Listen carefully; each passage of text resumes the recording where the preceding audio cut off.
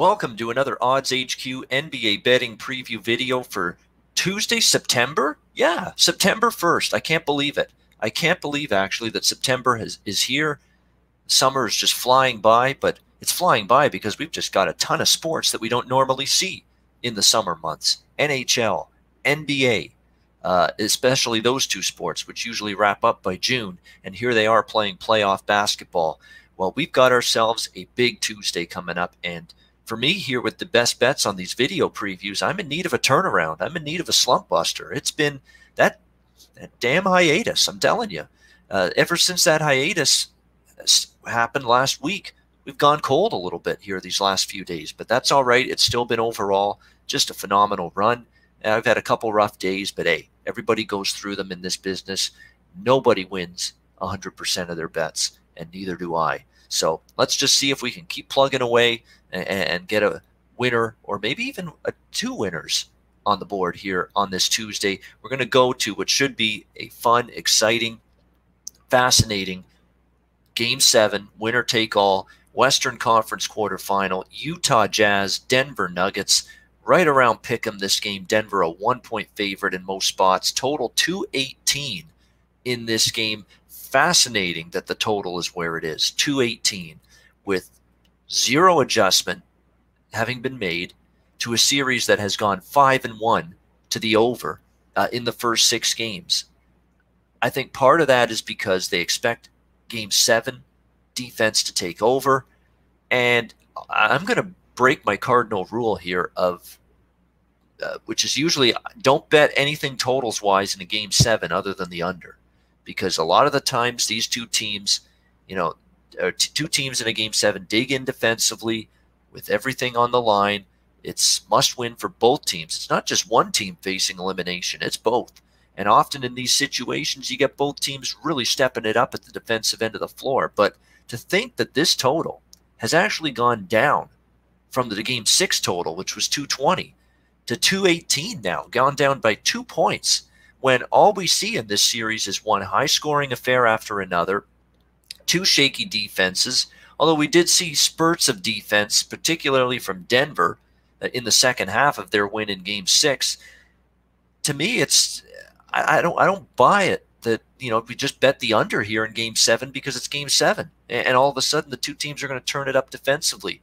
I don't see Utah having any answers for Jamal Murray in this series. I don't. And Quinn Snyder has become a very stubborn and very hard to figure out head coach, and saying that we're going to try to defend this guy one-on-one, which is insane with what he's doing. He's torching you. He's killing you right now in this series. How could you have such – you got to give help. You got to double him. You got to somehow get the ball out of his hands. Quinn Snyder's I've liked the job overall he's done in Utah. I'm shocked he's allowing this to go on with the incredible success that Jamal Murray's having in this series. At some point, you got to say, you know what? We got to just make sure anybody takes the shot but him at this point. Again, another tour de force for Jamal Murray in the Game 6 victory on Sunday night. I mean, just absolutely outstanding he was in that game. Another 50-point effort, huge shots, and I'm talking about one clutch shot after another down the stretch in the final few minutes of that fourth quarter. He's absolutely scintillating, and unless all of a sudden he's exhausted and worn out physically, maybe a little emotionally, you saw the interview with him after the game, you can tell he was emotional. It was powerful stuff. Maybe you're going to assume he hits a wall. You're going to assume that maybe Utah's figured out how to defend him, but, with a player that great, he's up there on some of the lists with Michael Jordan in terms of multiple 50-point performances in a playoff series. I mean, and obviously you know how tough it was to stop Michael Jordan. I'm not saying that Jamal Murray's Michael Jordan, but right now, Utah, like many teams in the 90s against Michael Jordan, they had no answers for MJ. Right now, there's a lot of teams that don't have any answers for Utah that has any answers for Jamal Murray right now. That's the issue for them. On the flip side, you got Donovan Mitchell doing his thing as well. So you got two players that are just have found ways to score big points, make big shots. I've not been impressed with either of these two teams at the defensive end of the court in this series. You look at Utah, they gave up 43 of 85 shooting in Game 5. They gave up 39 of 71 shooting over 50% in both of the last two games, shooting to the Denver Nuggets, giving up over 50%. Denver, we talked about how their defense, it was really poor early in the series. It's gotten a little bit better, but still, they gave up 50% shooting in Game 5. They gave up 34 of 75, a little under 50% finally in Game 6, but they didn't shut down the Jazz completely. And then before that, it was just an absolute disaster for Denver at the defensive end of the floor. I know they get Gary Harris back. He's helped them a little bit as well defensively, but you look at this to me, these are two teams that are getting their shots, making their shots. These are teams that have had so many opportunities now to adjust, finally find a way to get stops, change your rotation, change your scheme a little bit. With all this three-point shooting, too, that Denver had the other night, why don't you throw a zone out there? We saw Nick Nurse with the Raptors. Throw a zone defense at Denver. Try to get them away from hitting those three-point shots because everybody was bombing threes the other night against Utah. Murray was obviously the star actor, the leading role, the lead actor in that three-point barrage the other night in Game 6. But there were other players stepping up, making those shots. You got to do something at some point to change things up and give the other team a little bit of something different to look at defensively. Utah just made no adjustment whatsoever.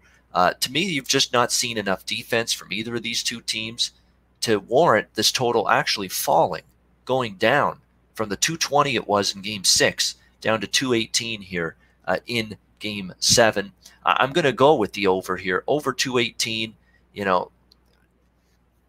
There's a part of me saying don't do it, don't do it. Game 7 unders. Both teams are going to try to dig in defensively. The pace is going to slow down with everything that's on the line. But the Denver Nuggets are 13-1 here in Orlando to the over in 14 games. 5-1 to the over in this series. Utah has ramped up their pace and tempo since the play resumed here in Orlando. Going back to before play restarted, Quinn Snyder was talking about we're going to play much faster, and they have lived up to that. They have played much faster in these playoffs.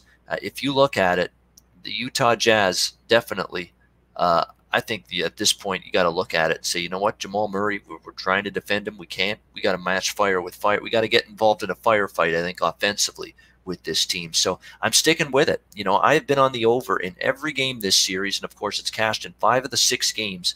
If it ain't broke, don't fix it. That's always my mantra. Look at the different sport, but look at Dallas, Colorado in the NHL. I bet the over every game in that series. Every game. How's that working out? Pretty damn good if you ask me. Every game's gone over, and I've had a winning ticket at the end of the night.